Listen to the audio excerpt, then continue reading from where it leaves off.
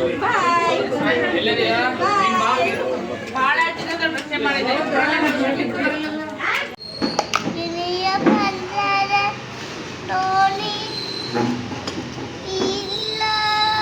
Hello ನಮಸ್ಕಾರ. Hope ಎಲ್ಲರೂ ಚೆನ್ನಾಗಿದ್ದೀರಾ ಅಂತ ಅಂದ್ಕೊಂಡಿದ್ದೀನಿ. Welcome to Chaitra vlogs in Kannada.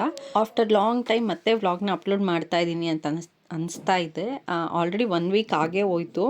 So ನನ್ನ ಲಾಸ್ಟ್ ವ್ಲಾಗ್ನ ಅಪ್ಲೋಡ್ ಮಾಡಿ. ಹಾಗೆ ಇವತ್ತು ನಾವು ಭರತ್ ಹುಣ್ಣಿಮೆ ಮಾಡಿದ ಊಟದ್ದು ಒಂದು ಕ್ಲಿಪ್ಪಿಂಗ್ ತೊಗೊಂಡಿದ್ದೀನಿ. ಸೊ ಅದನ್ನೂ ಆ್ಯಡ್ ಮಾಡ್ತಾ ಇದೆ. ಸೊ ನಾವು ಯೂಶ್ವಲಿ ಭರತ್ ಹುಣ್ಣಿಮೆ ಟೈಮಲ್ಲಿ ಹುರುಳಿ ತೊಕ್ಕು ಅಂತ ಮಾಡ್ತೀವಿ. ಅಂದರೆ ಹುರುಳಿಕಾಳನ್ನ ನೆನೆಸಿ ಅದನ್ನ ಚೆನ್ನಾಗಿ ಬೇಯಿಸಿ ಸಣ್ಣದಾಗಿ ರುಬ್ಕೊಂಡು ಇದಕ್ಕೆ ಹುರುಗಡ್ಲೆ ಮತ್ತು ಎಳ್ಳು ಅದನ್ನು ಲೈಟಾಗಿ ಬಿಸಿ ಮಾಡಿ ಅದನ್ನು ಸಣ್ಣದಾಗಿ ರುಬ್ಕೊಂಡು ಸೊ ಆ ಪುಡಿನ ಈ ಹುರುಳಿ ತೊಕ್ಕುಗೆ ಹಾಕ್ಕೊಂಡು ನಮ್ಗೆ ಎಷ್ಟು ಸ್ವೀಟ್ಗೆ ಬೇಕೋ ಅಷ್ಟು ಬೆಲ್ಲದ ಪಾಕ ಹಾಕ್ಕೊಂಡು ಕಲಿಸ್ಕೊಂಡು ತಿನ್ಬೋದು. ಸೊ ಬೇಕು ಅಂತಂದರೆ ಹಾಲನ್ನ ಕೂಡ ಮಿಕ್ಸ್ ಮಾಡಿಕೊಂಡು ತಿನ್ಬೋದು. ಸೊ ನನ್ನ ಪರ್ಸ್ನಲ್ ಫೇವ್ರೆಟ್ ಇದು ಊಟ. ಸಿಕ್ಕಾಪಟ್ಟೆ ಟೇಸ್ಟಿಯಾಗಿರುತ್ತೆ. ನಾವೆಲ್ಲ ಇದಕ್ಕೆ ನಾರ್ಮಲ್ ಹಸು ಹಾಲನ್ನ ಹಾಕಿ ಮಿಕ್ಸ್ ಮಾಡ್ಕೊಂಡು ತಿಂತೀವಿ. ನಮ್ಮ ಮನೆಯವರು ಊರ ಕಡೆ ಎಲ್ಲನೂ ಕಾಯಲ್ನ ಹಾಕಿ ಮಿಕ್ಸ್ ಮಾಡಿ ತಿಂತಾರೆ. ಅವ್ರ ಕಡೆ ಕಾಯಿ ಜಾಸ್ತಿ ಬೆಳೆಯೋದ್ರಿಂದ ಅವರು ಪ್ರತಿಯೊಂದು ಊಟಕ್ಕೂ ಅಂದರೆ ಹೋಳ್ಗೆಗಾಗಲಿ ಅಥವಾ ಈ ಥರ ಸ್ವೀಟ್ಗಾಗಲಿ ಪ್ರತಿಯೊಂದು ಊಟಕ್ಕೂ ಅವ್ರು ಕಾಯಿ ಹಾಲನ್ನೇ ಯೂಸ್ ಮಾಡ್ತಾರೆ. ಹಾಗೆ ಹುರುಳಿಕಾಳು ತೊಕ್ಕು ಮಾಡಿದ ಮೇಲೆ ಕಟ್ಟಿನ ಸಾರು ಮಾಡದಿರೋಕ್ಕಾಗತ್ತಾ? ಸೊ ಹಾಗಾಗಿ ಅದ್ರದ್ದು ಏನು ಕಟ್ಟಿತ್ತಲ್ವ, ಸೊ ಅದರಲ್ಲಿ ಕಟ್ಟಿನ ಸಾರು ಮಾಡಿದ್ದೆ. ಸಿಕ್ಕಾಪಟ್ಟೆ ಆಗಿತ್ತು.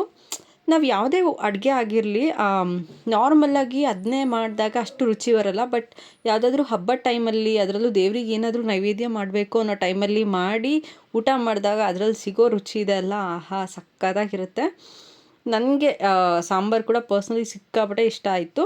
ಸೊ ಕಟ್ಟಿನ ಸಾರು, ಅನ್ನ, ಹಾಗೆ ಹುರುಳಿ ತೊಕ್ಕು, ಕಾಳಿನ ಪಲ್ಯ, ಕೋಸಂಬರಿ ಇದಿಷ್ಟು ಮಾಡಿದ್ದೆ. ಸೊ ಹಬ್ಬದ ಊಟ ಮುಗಿಸ್ಕೊಂಡು ಅವತ್ತಿನ ದಿನ ಮುಗಿಸಿದ್ವಿ ನಾವು. ಹಾಗೆ ನೆಕ್ಸ್ಟ್ ಮಾರ್ನಿಂಗು ನನ್ನ ಹಸ್ಬೆಂಡ್ಗೆ ಊಟ ಕೂಡ ಕಳಿಸ್ಬೇಕಾಗಿತ್ತು. ಹಾಗಾಗಿ ಬದನೆಕಾಯಿ ಇತ್ತು ಅಂತ ಹೇಳಿಬಿಟ್ಟು ಅದನ್ನ ಎಣ್ಗಾಯಿ ಮಾಡಿದ್ದೆ. ಎಣ್ಗಾಯಿ, ರಾಗಿ ರೊಟ್ಟಿ, ಹಾಗೆ ಇವತ್ತು ಬ್ರೇಕ್ಫಾಸ್ಟ್ಗೆ ಅಂತ ಹೇಳಿಬಿಟ್ಟು ವಾಂಗಿಭಾತ್ ಮಾಡಿದ್ದೆ. ಮೊದಲು ನಾನು ವಾಂಗಿಭಾತ್ಗೆ ಈ ಮೈಸೂರು ಬದನೆಕಾಯಿ ಗ್ರೀನ್ ಕಲರ್ದು ಇರುತ್ತಲ್ವ, ಸೊ ಅದನ್ನ ಯೂಸ್ ಮಾಡ್ತಾಯಿದ್ದೆ. ಬಟ್ ಒಂದು ಸರಿ ಅದನ್ನು ಚೇಂಜ್ ಮಾಡಿ ಬೇರೆ ಯಾವುದಾದ್ರೂ ಯೂಸ್ ಮಾಡೋಣ ಅಂತ ಹೇಳಿ ಬೀನ್ಸ್ ಹಾಕಿ ಯೂಸ್ ಮಾಡಿದ್ದೆ. ಸಕ್ಕತ್ತಾಗಿ ಬಂದಿತ್ತು ವಾಂಗಿಭಾತು. ನಮ್ಮ ಮನೇಲಿ ಅಜ್ಜಿ ಬದನೆಕಾಯಿ ತಿನ್ನಲ್ಲ. ಸೊ ಹಾಗಾಗಿ ಆಪ್ಷನಲ್ಲಾಗಿ ಇರಲಿ, ಹಾಗೆ ಬದನೆಕಾಯಿ ಜಾಸ್ತಿ ತಿನ್ನೋದು ಒಳ್ಳೆಯದಲ್ಲ ಅಂತ ಹೇಳಿಬಿಟ್ಟು ನಾನು ಇವಾಗ ತರಕಾರಿ ಕೂಡ ಹಾಕಿ ವಾಂಗಿಭಾತ್ ಮಾಡ್ತೀನಿ. ಸೊ ತುಂಬ ಅಂದರೆ ತುಂಬ ಟೇಸ್ಟಿಯಾಗಿರುತ್ತೆ. ಸೊ ನೀವು ಕೂಡ ಟ್ರೈ ಮಾಡಿ ನೋಡಿ. ಹಾಗೆ ರೊಟ್ಟಿ ಲಂಚಲ್ಲಿ ಕಳಿಸ್ತೀನಿ ಅಂತಂದಾಗ ಆಬ್ವಿಯಸ್ಲಿ ಸೌತೆಕಾಯಿ, ಕ್ಯಾರೆಟು, ಈರುಳ್ಳಿ ಈ ಥರ ಎಲ್ಲನೂ ಇರಲೇಬೇಕು. ಹಾಗಾದ್ರೆ ರೊಟ್ಟಿ ಮತ್ತು ಪಲ್ಯನ ಊಟ ಮಾಡೋಕ್ಕೆ ಟೇಸ್ಟ್ ಚೆನ್ನಾಗಿರುತ್ತೆ. ಸೊ ಹಾಗಾಗಿ ಇದನ್ನೆಲ್ಲನೂ ಪ್ಯಾಕ್ ಮಾಡಿ ಅವ್ರನ್ನೂ ಕೂಡ ಆಫೀಸಿಗೆ ಕಳಿಸಿ ಪಾಪು ಕೂಡ ಸ್ಕೂಲ್ಗೆ ಹೋದ.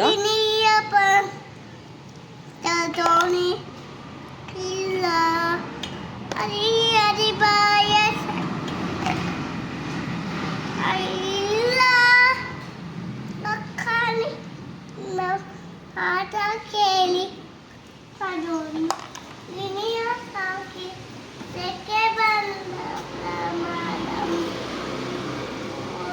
ಒಂದು ಓಡಿ ಕಲ್ಲ ಅಂಗಲಾರವಿಗಿನಿ ಕಂಗಾಲಿಸಿ ಕಾರದಂತ ಆಯ್ತು.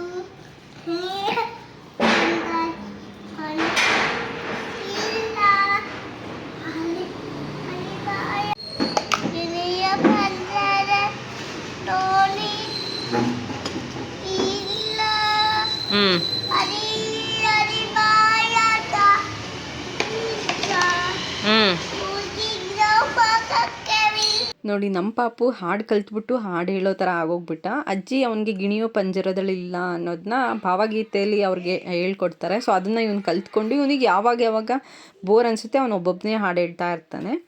ಹಾಗೆ ಇದು ನೆಕ್ಸ್ಟ್ ಡೇ. ಸೊ ನಮ್ಮ ತಂಗಿ ಪಾಪುದು 1ನೇ ವರ್ಷದ ಬರ್ಡೇ ಇದರಿಂದ ನಾವು ಕೂಡ ದಾವಣಗೆರೆಗೆ ಬಂದಿದ್ವಿ. ಸೊ ಬರ್ಡೇ ಮುಗಿಸ್ಕೊಂಡು 4 ದಿನ ಇದ್ಬಿಟ್ಟು ಹೋಗೋಣ ಅಂತ ಹೇಳಿ. ಮಕ್ಕಳು ಚಿಕ್ಕವರಿದ್ದಾಗೆ ಅವ್ರ ಜೊತೆ ಚೆನ್ನಾಗಿ ಟೈಮ್ ಸ್ಪೆಂಡ್ ಮಾಡಬೇಕು. ಅವ್ರು ದೊಡ್ಡವರಾಗ್ಬಿಟ್ರೆ ಮತ್ತೆ ನಮಗೆ ಆ ಟೈಮ್ ಸಿಗಲ್ಲ. ಅವ್ರು ಮಾಡೋ ಆ್ಯಕ್ಟಿವಿಟೀಸ್ನೆಲ್ಲ ನಮಗೆ ನೋಡೋಕ್ಕಾಗಲ್ಲ. ಸೊ ಹಾಗಾಗಿ ನನಗೆ ಈ ಥರ ಚಾನ್ಸ್ ಸಿಕ್ಕಿದಾಗ ನಾನು ನಮ್ಮ ಪಾಪು ಜೊತೆಗೆ ಚೆನ್ನಾಗಿ ಟೈಮ್ ಸ್ಪೆಂಡ್ ಮಾಡ್ತೀನಿ, ಅಂದರೆ ನನ್ನ ತಂಗಿ ಮಗಳ ಜೊತೆಗೆ. ಸೊ ಬಂದಿದ್ದಾಗ ಚೆನ್ನಾಗಿ ಆಟ ಆಡ್ತಿದ್ಲು. ಅವಳು ಸಿಕ್ಕಾಪಟ್ಟೆ ಆ್ಯಕ್ಟಿವ್ ಬೇಬಿ ಆಗಿರೋದ್ರಿಂದ ಚೆನ್ನಾಗಿ ಆಟಾಡ್ತಾ ಇದ್ಲು. ಹಾಗೆ ಅವಳಿಗೆ ಕಂಫರ್ಟ್ ಆಗಿರೋವಂಥ ಬಟ್ಟೆ ಕೂಡ ಹಾಕಿದ್ರಿಂದ ಅವಳು ತುಂಬ ಖುಷಿಯಾಗಿಯೇ ಇದ್ಲು.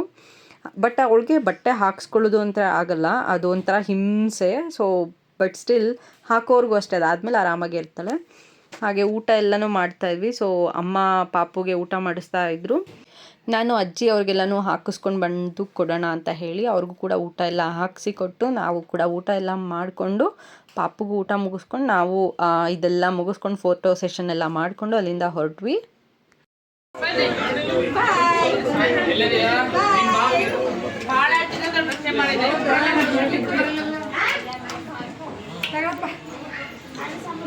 ಹಾಗೆ ಈ ಸೆಲೆಬ್ರೇಷನ್ ಎಲ್ಲ ಸ್ಟಾರ್ಟ್ ಆಗೋ ಮುಂಚೆ ಪಾಪುಗೆ ಮೊದಲನೇ ವರ್ಷದ ಬರ್ಡೇ ಆಗಿರೋದ್ರಿಂದ ಅವಳಿಗೆ ಆರತಿ ಎಲ್ಲ ಮಾಡಿ ಕುಂಕುಮ ಇಟ್ಬಿಟ್ಟು ಅವಳಿಗೂ ಅಕ್ಷತೆ ಹಾಕಿ, ಅದಾದ ನಂತರ ಒಂದು 5 ಜನ ಇದನ್ನು ಮಾಡಿ ಅದಾದ ನಂತರ ಫಂಕ್ಷನ್ನ ಸ್ಟಾರ್ಟ್ ಮಾಡಿದ್ದು. ಚೆನ್ನಾಗಾಯಿತು ಫಂಕ್ಷನ್ ಎಲ್ಲ, ತುಂಬ ಅಂದರೆ ತುಂಬಾ ಚೆನ್ನಾಗಾಯಿತು. ಪಾಪು ಕೂಡ ಖುಷಿಯಾಗೇ ಇದ್ಲು. ಸೊ ಇದಾಗಿತ್ತು ಇವತ್ತಿನ ಪುಟ್ಟು ವ್ಲಾಗ್. ಈ ವ್ಲಾಗ್ ನಿಮಗೆ ಇಷ್ಟ ಆಯಿತು ಅಂತಂದರೆ ಪ್ಲೀಸ್ ಲೈಕ್ ಮಾಡಿ, ಹಾಗೆ ನಿಮ್ಮ ಫ್ರೆಂಡ್ಸ್ ಆ್ಯಂಡ್ ಫ್ಯಾಮಿಲಿ ಮೆಂಬರ್ಸ್ಗೆಲ್ಲ ಶೇರ್ ಮಾಡಿ, ಹಾಗೆ ಸಬ್ಸ್ಕ್ರೈಬ್ ಮಾಡ್ಕೊಳ್ಳೋದನ್ನ ಮರಿಬೇಡಿ. ಮತ್ತೆ ಒಂದು ಒಳ್ಳೆಯ ವ್ಲಾಗ್ ಜೊತೆ ಬರ್ತೀನಿ. ಅಂಟಿಲ್ ದೆನ್ ಟೇಕ್ ಕೇರ್, ಬಾಯ್ ಬಾಯ್.